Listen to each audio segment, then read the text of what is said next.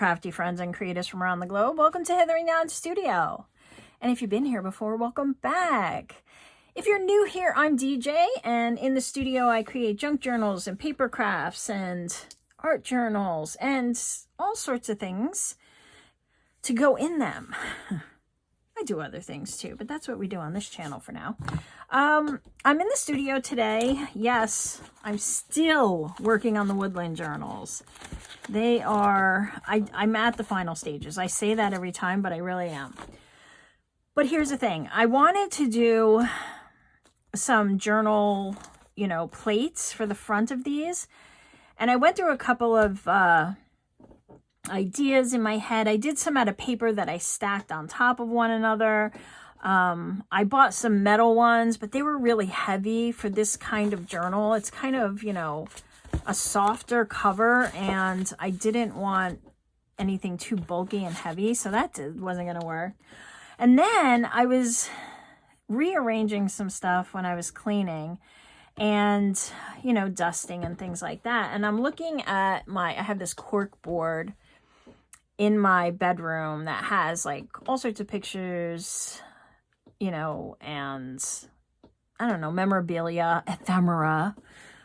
So I was looking at it and I came across something that I did back in my scrapbook days, and I haven't done it since, and I thought I'd bring it to you. So it's going to be a quick one today, but I need a bunch of these for my woodland journals, and I want to show you all about it. Okay, so here is, not this, that's just a embellished paper clip.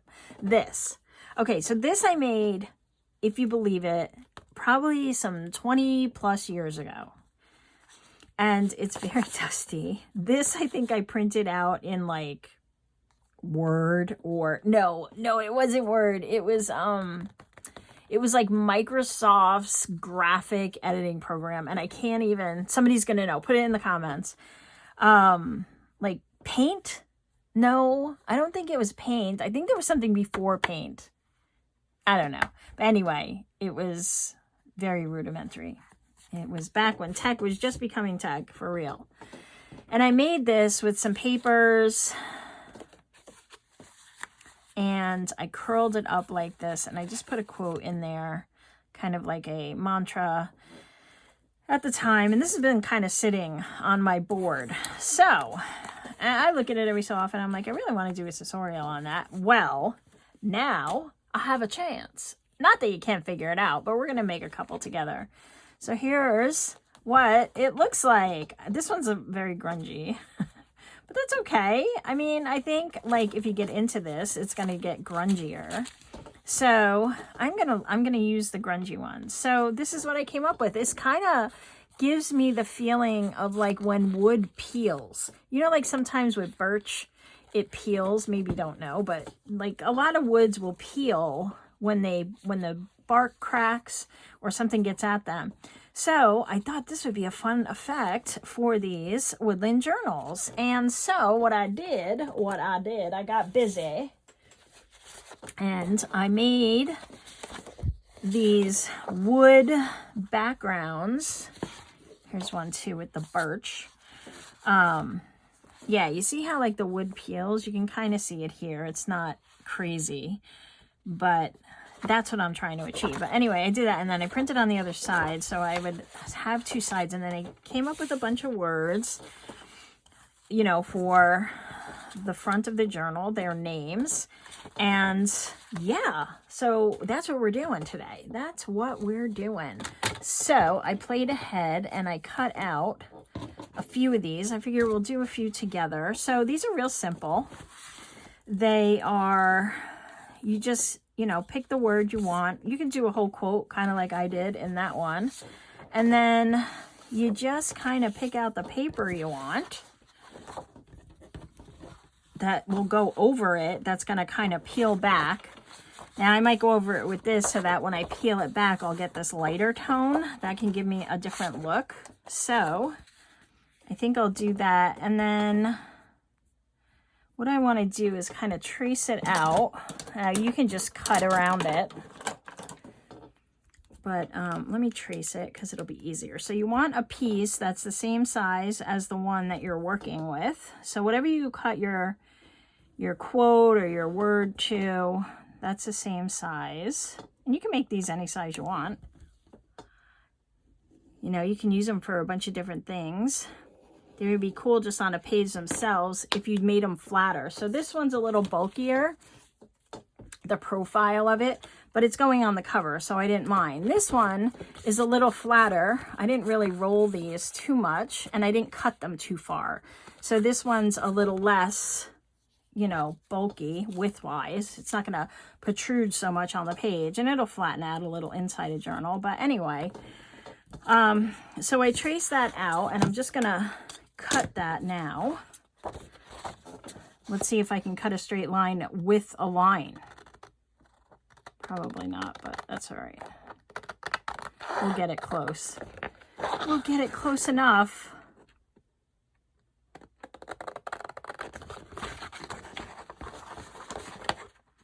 And these, these are AI generated images. They look very good, don't they? AI, man. It's scary and fun all at the same time. Okay, so that's my piece. That is the same as this, and I'm going to ink them both because I don't know how much of this we'll see.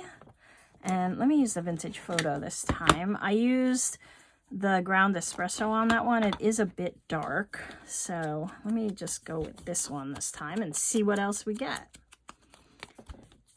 I hope everyone is having a great crafty day. Thanks for joining me today. I appreciate you being here. Okay, I think I said I was going to do it this way and then have those peel up so I would see the other side. So I'm just going to go around this like this. Okay, so now we got to cut out the middle, right? And my favorite trick is to just kind of somewhere in here in the center, I'm going to punch a couple of holes. Like that, and then I'm going to take a smaller scissors and kind of, you don't have to be, as a matter of fact, you probably don't want to be straight because you want some of these curls to be a little bit different sizes. So maybe we'll go a little more over. But I'm going to sew this. You don't have to. But if you are going to sew, you want to make sure that you're leaving enough room around it that you'll be able to sew it. So just keep that in mind as you're cutting. And you can do this with a craft knife too if you want. But I don't want it to be too straight, as I said. Okay, and then just want to see how we're looking. Now remember, this is going to roll back a bit. So I think that's good, like that. And then all I do is kind of tear in a little bit, okay? I don't go crazy because as you roll these, they also tend to tear back a little. So don't go too crazy. And the more you tear in, then the bigger the curl is going to be, which would make sense, right? And for the corners, I'm just like kind of moving in on the corner there. And you can make these big or small. You can put as many in a row as you want. And I don't want them to all be the same width because I want them to look organic. All right. So there's that. And now I'm just going to kind of go around and ink that edge as well. Woo, hello. And I'm going to throw it across the craft room. And I can go in from both sides. So I'll do this first. And then I'll kind of come in here. I don't want to do too much here because I want to take advantage of that lightness. Okay, so now to twirl them. My favorite tool for this is, if I can find it, where did I put it?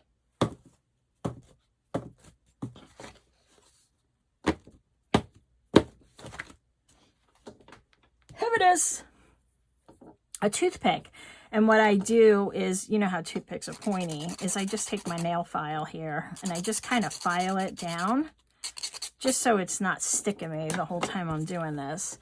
And then I just take, I'll try to get as close as I can, but I take the toothpick and I push the paper up against it, and then I kind of just roll it up. Okay, and you can go in different directions.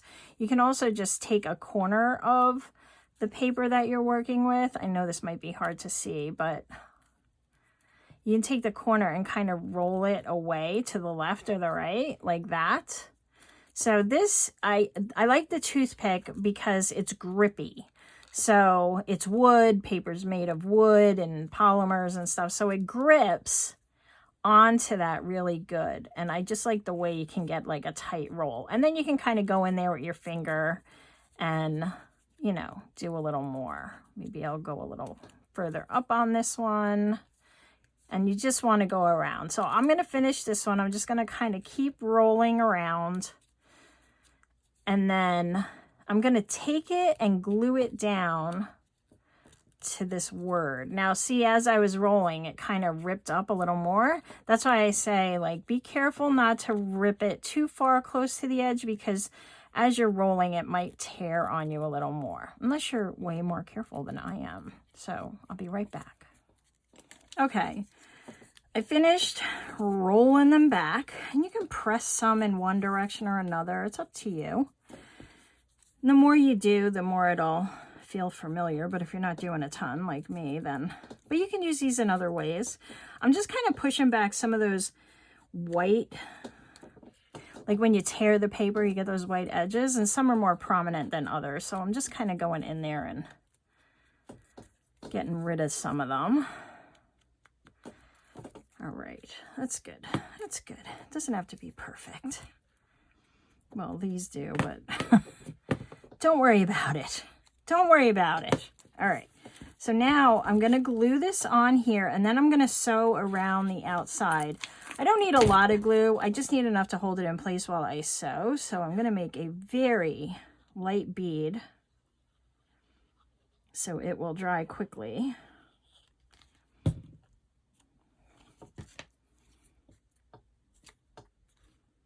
Just kind of line that all up.